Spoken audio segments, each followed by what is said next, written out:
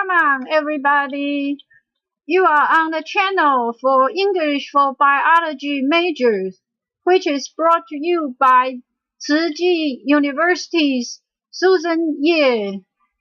We hope after you learn this class, you will think biology is fun and to read biology book is piece of cake.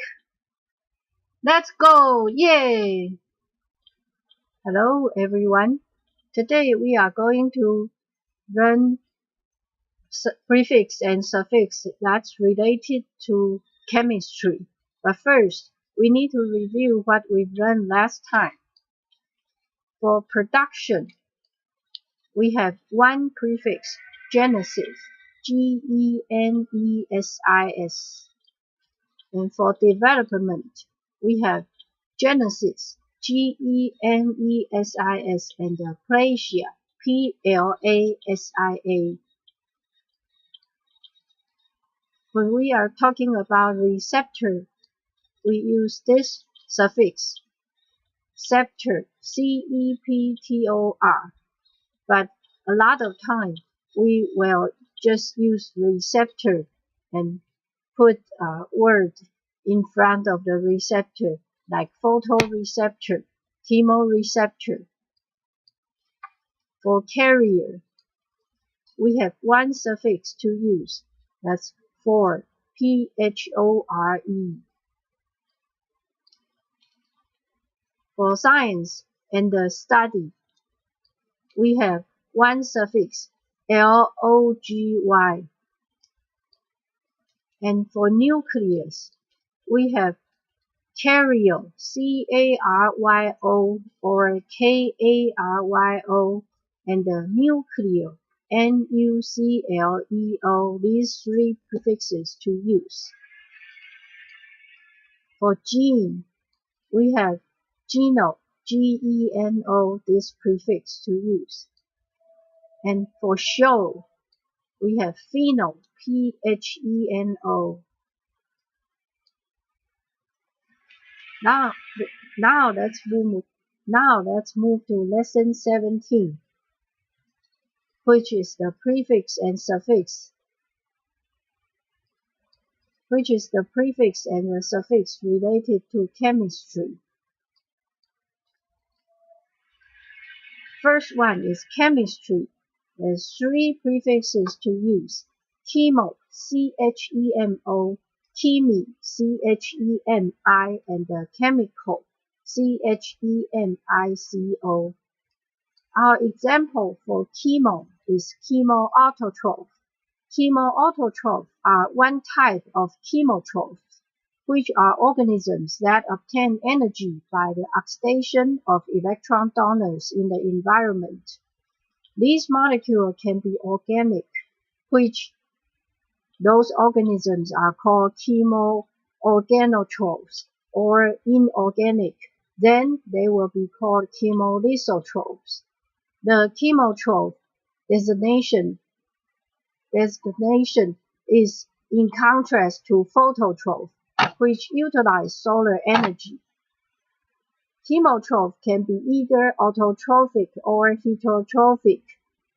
They are commonly found in the ocean floor, where sunlight cannot reach them because they are not dependent on solar energy. Like in this picture, there's a black smoker in the Atlantic Ocean providing energy and nutrient to these chemoautotrophs. You can find a lot of chemoautotrophs around these black smokers. Ocean floors often contain underwater volcanoes that can provide heat to substitute sunlight for warmth. And for chemi, chemi, our example is chemiluminescence. Chemiluminescence, sometimes called chemoluminescence, is the emission of light as the result of chemical reaction. They may also be limited emission of heat. Our example for chemical cautery, also called chemocautery, is the destruction of tissue by application of a caustic chemical substance, called also chemical cautery. Chemocautery or chemical cautery. In Taiwan, they use it to remove mold, to remove moles on the skins. Like in this picture, the President Abraham Lincoln, he had a mole on his right cheek, and well, he doesn't bother with it. But a lot of some people in Taiwan, they are bothered by their mole, so they will go to the clinic and have the mole removed by applying chemical on the mole to remove it. That is called chemical cautery. Let's review what we've done. For chemistry, we have 3 prefixes: chemo, C-H-E-M-O, chemi, C-H-E-M-I, and the chemical, C-H-E-M-I-C-O. For sulfur, the element sulfur, we have 1 prefix, that's thio, T-H-I-O.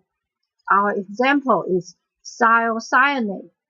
Thiocyanate, which look like this in the picture, it is the conjugated base of thiocyanic acid. Commonly derived common derivatives include the colorless salt, potassium thiocyanate, and sodium thiocyanate. It is produced in the metabolism of cysteine and detoxification of cyanide, and is excreted in the urine.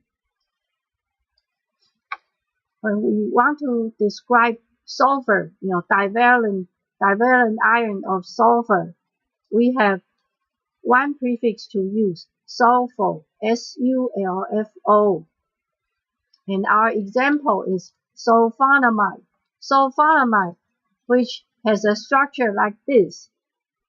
And the functional group is this one, SO2, and then this group, N with 2 side chains. A sulfonamide is a compound that contains these 2 groups, and sulfonamide can be very useful antibiotics, but some people are allergic to it. When we want to talk about calcium, we have 2 prefixes to use, calco, C-A-L-C-O, and the calci, C-A-L-C-I. Let's see our example. Our example is cholecalciferol. Cholecalciferol, which the structure is shown here, is also called vitamin B3. It is one of the 5 forms of vitamin B, very important for our bones. When we want to talk about carbon, we have 2 prefixes to use, anthraco, A-N-T-H-R-A-C-O, and the carbo, C-A-R-B-O. Let's see our example. Anthracosis. Anthracosis is the initial milder form of co-workers pneumoconiosis. Its symptoms include blackening of lung tissue caused by deposition of inhaled carbon in the lungs, seen in many individuals, particularly smokers and those who live in industrial or urban environment. Fibrosis is minimum or absent, and the presence of carbon particles is of little or no functional or pathologic significance. But if accumulation to large amount in the lungs, seen primarily in coal miners, may result in coal workers' pneumoconiosis. This person, he is a coal miner, and by law, he has to have his lung function regularly checked. Our example for carbo is carbohydrate. Carbohydrate is a biological molecule consisting of carbon, hydrogen, and oxygen atoms, usually with a hydrogen-oxygen atom ratio of 2 to 1 as in carbon. So, in other words, carbohydrate with the empirical formula of C and H2O.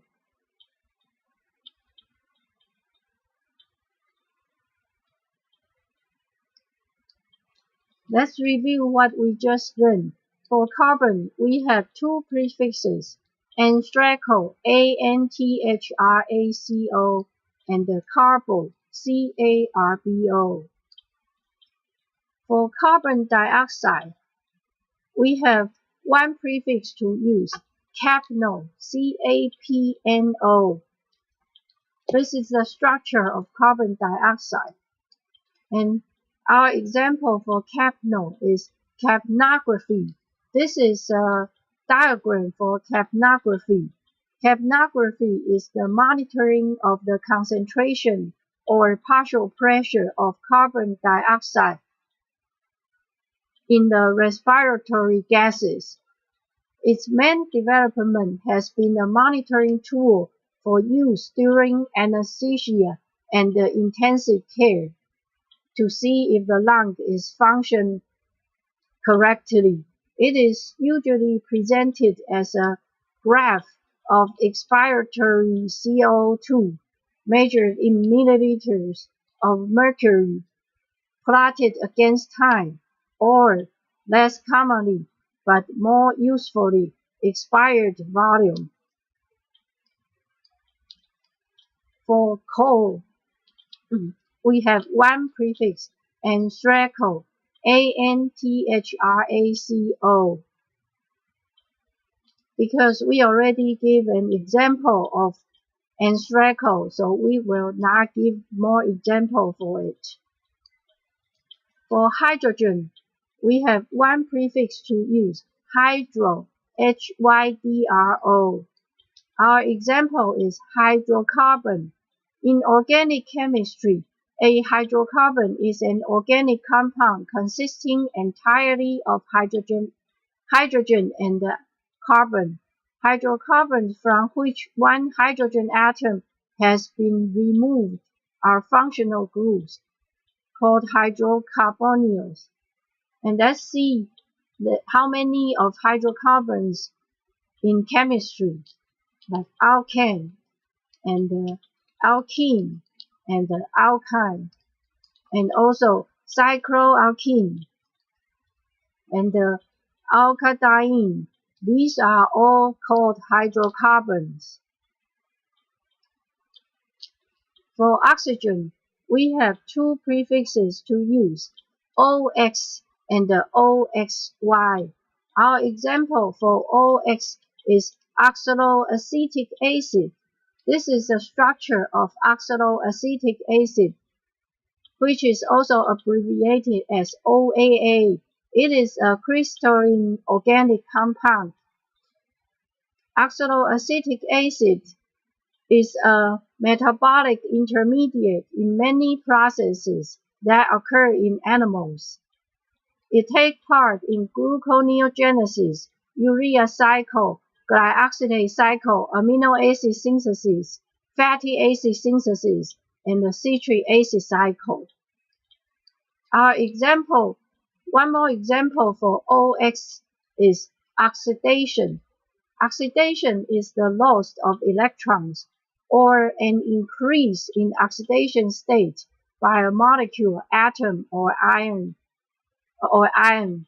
Although oxidation reactions are commonly associated with the formation of oxide from oxygen molecules, these are only specific examples of a more general concept of reaction involving electron transfer. And our example for OXY is oxybenzene. Oxybenzene, which the structure shown here, is also commonly called phenol. It is an extremely poisonous, colorless to light pink crystalline compound. It's first obtained by the distillation of coal tar. It is caustic and can be used as a disinfectant. Let's review what we've done. For oxygen, we have two prefixes to use, OX and oxy, OXY. Now we finished the first part of lesson 17. Let's review what we've learned this time. For chemistry, we have three prefixes to use. Chemo, C-H-E-M-O, chemi, C-H-E-M-I, and the chemical, C-H-E-M-I-C-O. For sulfur, the element sulfur, we have one prefix, thio, T-H-I-O.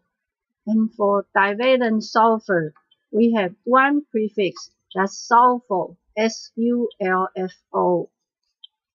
For calcium, we have two prefixes, calco, C-A-L-C-O, and calci, C-A-L-C-I. For carbon, we have two prefixes. One is anthraco, A-N-T-H-R-A-C-O, and the other one is carbo, C-A-R-B-O. As for carbon dioxide, we have one prefix, capno, C-A-P-N-O. And for coal, we also use one of the prefixes as in carbon, anthraco, A-N-T-H-R-A-C-O. For hydrogen, we have one prefix, that's hydro, H-Y-D-R-O. And for oxygen, we have two prefixes to use, that's OX and the OXY, oxy. Now we finish the first part of lesson 17. Next time when we come back, we'll continue with lesson 17 with more prefixes and suffixes that's related to chemistry. See ya! English for Biology Major is brought to you by TCU's English for Biology Major course team. If you have any questions, don't forget to visit our FB fans page. The website is here, and you can also scan the QR code to reach to our FB fans page. This course is sponsored by Centers for Faculty Development and Instructional Resources of TCU.